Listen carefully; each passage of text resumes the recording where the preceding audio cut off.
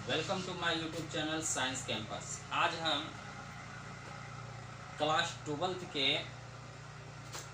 Physics में ओम के नियम को पढ़ने वाले हैं। ठीक है ना। ओम के नियम को पढ़ेंगे तथा इसे हम लोग सत्यापित भी करेंगे। ठीक, तो देखते हैं ओम का नियम क्या है। तो हम लोग जानते हैं ओम ने कहा था कि किसी नियत ताप पर, अगर ताप कॉन्स्टेंट हो, बदल नहीं रहा हो, ठीक ना, तो किसी नियत ताप पर किसी चालक तार का जो विभवांतर होगा, ठीक ना, उसमें प्रवाहित धारा का वो समानुपाती नहीं, किसी चालक तार का ये जो विभवांतर होगा भी, वह प्रवाहित धारा का क्या होता है, समानुपाती होता है। ठीक, अर्थात भी समानुपाती आई होता है। तो सबसे पहले हम लिखते हैं, यदि किसी चालक तार का ताप नियत हो तो उसमें नियत हो तो उसके विभवांतर का मान उसमें प्रवाहित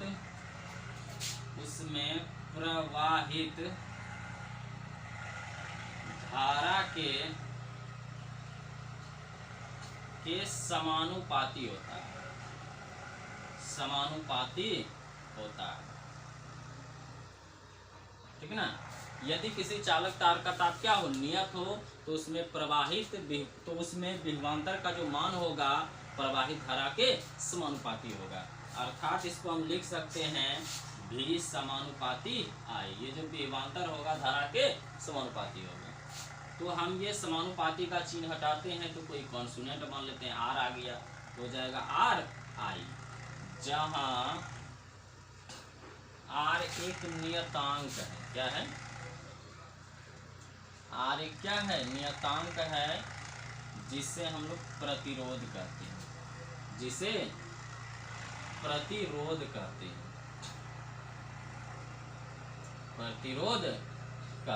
इसी आर को हम लोग क्या कहते हैं? प्रतिरोध कहते हैं। तो यहाँ आई इधर गुना में इधर क्या हो जाएगा? भाग में हो जाएगा। तो भी बटे आई बराबर क्या बच गया? यहाँ आर। इसको मान लेते हैं समीकरण फर्स्ट मान लेते हैं। अर्थात हमने कहा था कि विभवांतर और धारा का अनुपात क्या आएगा? हमेशा एक नियतांक आएगा। यही है ओम का नियम। ठीक, अब इसको हम लोग प्रमाणित करेंगे। ठीक है ना। इसको हम लोग क्या करेंगे? प्रमाणित करेंगे। तो इसे प्रमाणित करने के लिए हम एक विद्युत परिपथ पर विचार करते हैं। इसे प्रमाणित करने के लिए हम लोग एक विद्युत परिपथ पर विचार करते हैं। मान लेते हैं ये एक सेल है, ये प्लस और ये माइनस है। ठीक है, और यहाँ पर हम एक स्विच लगा देते हैं ए। यहाँ पर हम एक स्विच लगा दिए ए, और आगे चल के इस तार में हम एक रेजिस्टेंस लगा दिए बड़ी आर। ठीक है ना, एक रेजिस्टेंस लगा दिए और यहाँ पे एक बल्ब लगा दिए। यहाँ पे एक हम बल्ब लगा दिए सी। ठीक, अब ध्यान देना, ये रेजिस्टेंस लगा दिए। मान लेते हैं इसका विभव जो है भी है। कितना है? इस रेजिस्टेंस का विभव कितना है? भी है। ठीक है, और यहाँ पर एक हम ए मीटर लगा देंगे। क्या लगा देंगे? ए मीटर लगा देंगे इस तार में। ए मीटर जो धारा को मापता है, और ये है मेरा प्रतिरोध। क्या है? प्रतिरोध। और ई मेरा है कोई सेल। ठीक, तो इस परिपथ पर हम लोग विचार करते हैं ओम के नियम को सत्यापित करने के लिए। तो चलो इसको हम मिटाते हैं पहले।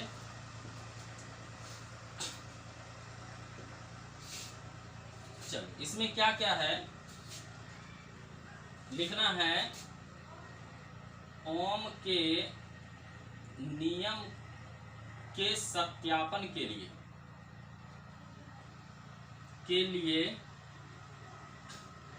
निम्नलिखित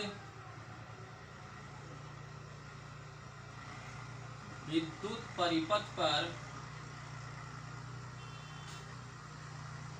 परिपथ पर विचार करते हैं।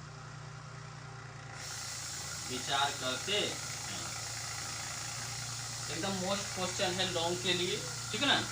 तो ओम के नियम के सत्यापन के लिए हम लोग निम्नलिखित परिपथ पर क्या करते हैं, विचार करते हैं इस परिपथ पर। तो इसमें क्या क्या है, ई पहले सेल है मेरा, ई क्या है, सेल है। ए क्या है, स्विच है नहीं, और आर क्या है मेरा, प्रतिरोध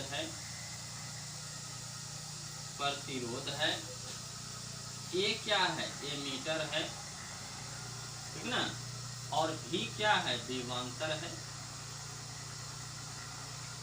और ये धारा मान लेते हैं आई, आई क्या है, धारा, ETC नहीं। इस ये सब जो था हम इसको लिख दिए। और सी भी है ना, सी मेरा बल्ब है, क्या है, सी मेरा क्या है, बल्ब है, ठीक। इसको हम मान लिए। अब देखो इसको हम लोग सत्यापित कैसे करेंगे। मान लेते हैं हम यहाँ 10 वोल्ट का एक बैटरी को लगा दिए। जब हम लोग सेल खरीदते हैं तो उस पर लिखा रहता है कि वह 10 वोल्ट का है कि 20 वोल्ट का है कि 30 वोल्ट का है, ठीक है ना।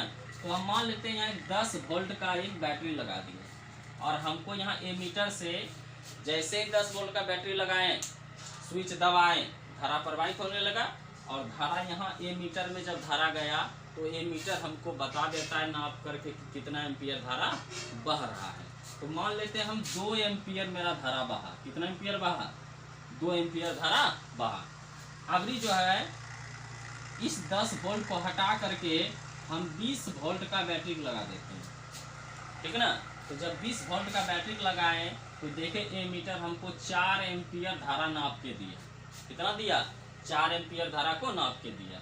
अभी 20 को हटा करके हम 30 वोल्ट का बैटरी लगा देते हैं, ठीक है ना। तो एमीटर हमको बताता है कि धारा 6 एम्पियर है, कितना एम्पियर दिया, 6 एम्पियर धारा दिया। नहीं, हम करेंगे क्या ओम के नियम के सत्यापन के लिए कि सेल को बदल करके जो है हम धारा की माप करेंगे, है समझ में। एमीटर लगा हुआ है मेरा, अतः इस सेल को बदल करके हम धारा की माप करेंगे, ठीक ना। तो प्रत्येक स्थिति में देखना कि विभवांतर, ओम का नियम यही कहा था, विभवांतर और धारा का अनुपात नियतांक आता है। तो इसमें देखो विभवांतर मेरा कितना है, 10 वोल्ट है, और धारा कितना दिया था, 2 एम्पियर। तो हो गया, कटाएंगे तो इसको 5 आया ना। अब दूसरा देखते हैं, फिर दूसरा बैटरी लगाए थे हम 20 वोल्ट का, और धारा दिया था 4 एम्पियर, तो इसको काटाओ 5 ही आएगा। तीसरा बैटरी था 30 एम्पियर का, 30 वोल्ट का, धारा दिया था 6 एम्पियर, इसको भी काटाओ 5 ही आएगा। देखो इससे क्या पता चल रहा है कि प्रत्येक स्थिति में विभवांतर और धारा का जो अनुपात हो रहा है वह एक नियतांक आ रहा है। देखो 5 5 5 आ रहा है, इसका मतलब बदल नहीं आ रहा है। अतः विभवांतर और धारा का अनुपात क्या आ रहा है, एक नियतांक आ रहा है। यही तो ओम का नियम है नहीं।